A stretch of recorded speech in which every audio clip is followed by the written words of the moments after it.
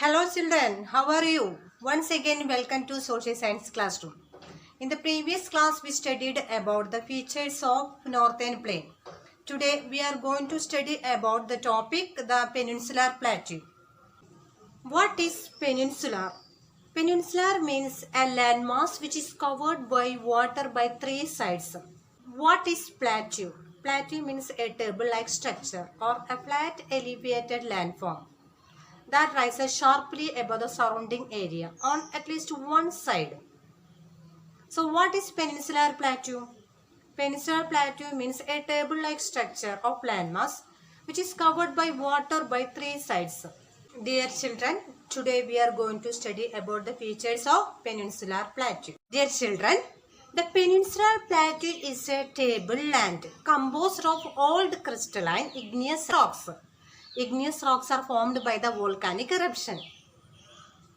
It was formed due to the breaking and drifting of the Gondwana land. So it is a part of the oldest landmass.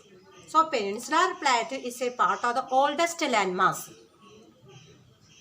It has broad divisions, shallow valleys and rounded hills. Shallow valleys means low depth valleys. The peninsular plateau consists of two broad divisions, namely the Central Highlands and the Deccan Plateau. So what are the two broad divisions of the peninsular plateau? First one, the Central Highlands, second one, the Deccan Plateau. Dear children, this physical map indicates the peninsular plateau. This plateau consists of two broad divisions, namely the Central Highlands and the Deccan Plateau. First one, the Central Highlands. Here you can see the Narmada River. Where are the Central Highlands located? The part of the peninsular plateau lying to the north of Narmada River, covering a major area of the Malwa Plateau, is known as the Central Highlands. That means the Central Highlands are located to the north of Narmada River. The Vindhya Range is bounded by the Satpura Range on the south and the Aravallis on the northwest. The Aravalli Range is the oldest mountain range in India. Can you see the Aravalli Range on the map?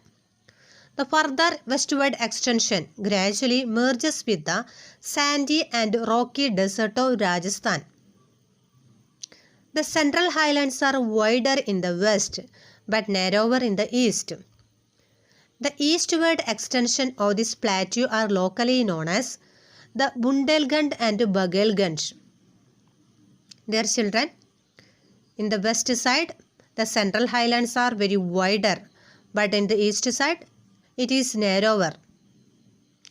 The Chota Nagpur Plateau marks the further eastward extension drained by the Damodar River. Here you can see Bundelkhand and Baghelkhand.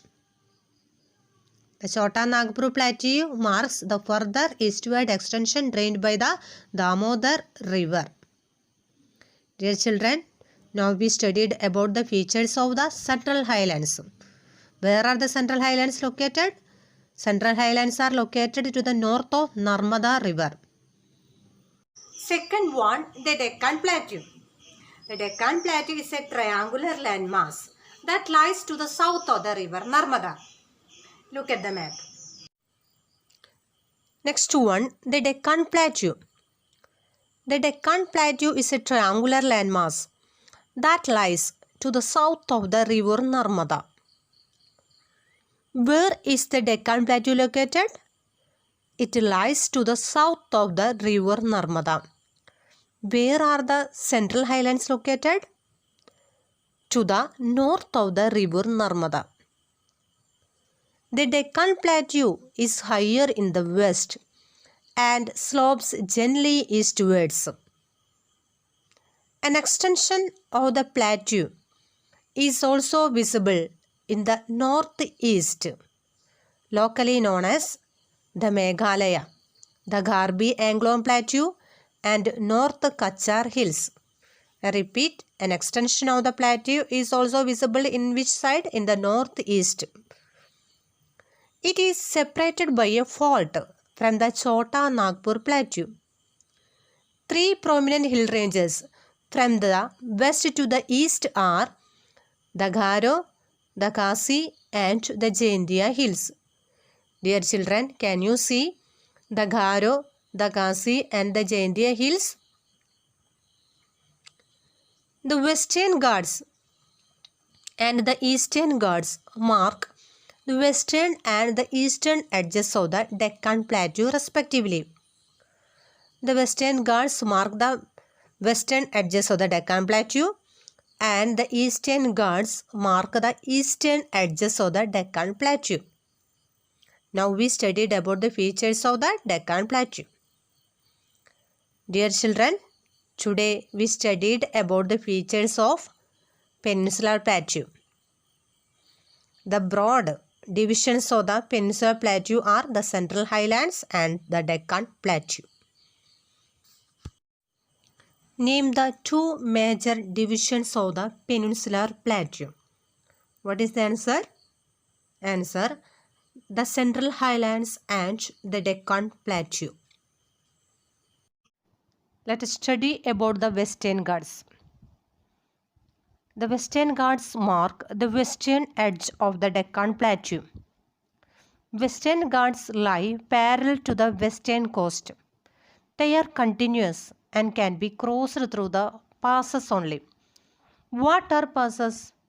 Passes are the roads through the mountain. The Western Ghats are higher than the Eastern Ghats.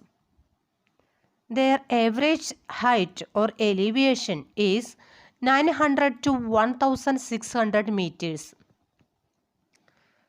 The Western Ghats cause orographic rain by facing the rain-bearing moist winds to rise along the western slopes of the Ghats. Orographic rain produced when the moist air is lifted as it moves over a mountain range.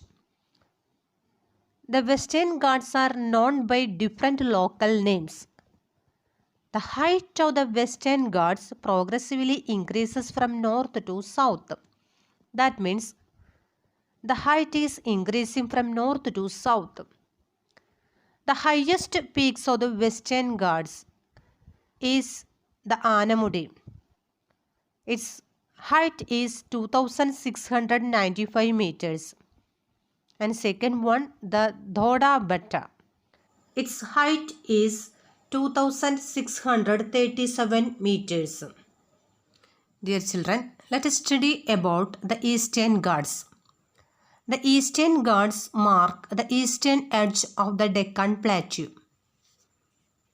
The Eastern Ghats stretch from the Mahanadi Valley to the Nilgiris in the south. They are discontinuous, irregular and dissected by rivers draining into the Bay of Bengal. But the Western Ghats are continuous. Next one, they have a lower elevation of 6000 meters. The area receives rain mostly in winter through the northeast monsoon. However, here the rain is lesser than the western strip. Mahendragiri is the highest peak in the Eastern Ghats. Its height is 1501 meters. Shervoi Hills and the Javadi Hills are located to the southeast of the Eastern Ghats. The famous hill station of Udagamandalam, popularly known as Ooty and the Kodaikanal. Dear children, can you tell some differences between the Western Ghats and the Eastern Ghats? The Western Ghats mark the western edge of the Deccan Plateau, but the Eastern Ghats mark the eastern edge of the Deccan Plateau. The Western Ghats are continuous, can be crossed through the passes only, but the Eastern Ghats are discontinuous, irregular and dissected by rivers draining into the Bay of Bengal. The highest peak of the Western Ghats is Anamudi. The highest peak of the Eastern Ghats is Mahendragiri. One of the distinct features of the peninsular plateau is the black soil area known as the Deccan Trap. This is of volcanic origin, hence the rocks are igneous. We studied how the igneous rocks are formed. They are responsible for the formation of black soil. Dear students, now we studied about the features of the peninsular plateau. Dear children, which is the largest desert in India? Thar Desert. Now we are going to study about the features of the Indian desert. The Indian desert lies towards the western margin of Aravalli Hills. It is undulating sandy plain covered with sand dunes. Undulating sandy plains means a wavy form of sandy plain covered with sand dunes. This region receives very low rainfall below 150 mm per year. It has an arid climate with low vegetation. What is the meaning of arid climate? Extreme dry climate. Streams appear during the rainy seasons. Soon after, they disappear into the sand because they do not have enough water to reach the sea. Luni is the large river in this region. Which is the large river in this region? Luni. Crescent-shaped dunes are known as barkans. Barkans cover a larger areas, but longitudinal dunes become more prominent near the Indo-Pakistan boundary. Dear students, if you visit Jaisalmer, you may go to see a group of barkans. Dear students, let me ask a few questions to you. Are you ready? Which is the largest peak in the Western Ghats? Anamudi. Which is the largest peak in the Eastern Ghats? Mahendragiri. Which is the only large river of the Indian desert of Rajasthan? The Luni River. What are barkans? They are crescent-shaped sand dunes covering a larger areas of Rajasthan's Thar Desert. Today's topic is over. Today we studied about the differences between the Western Ghats and the Eastern Ghats and the features of the Indian desert. URL related to this topic is attached. Watch the URL. Notes and test questions are also attached. Attend the test paper. We can meet in the next session. Bye children.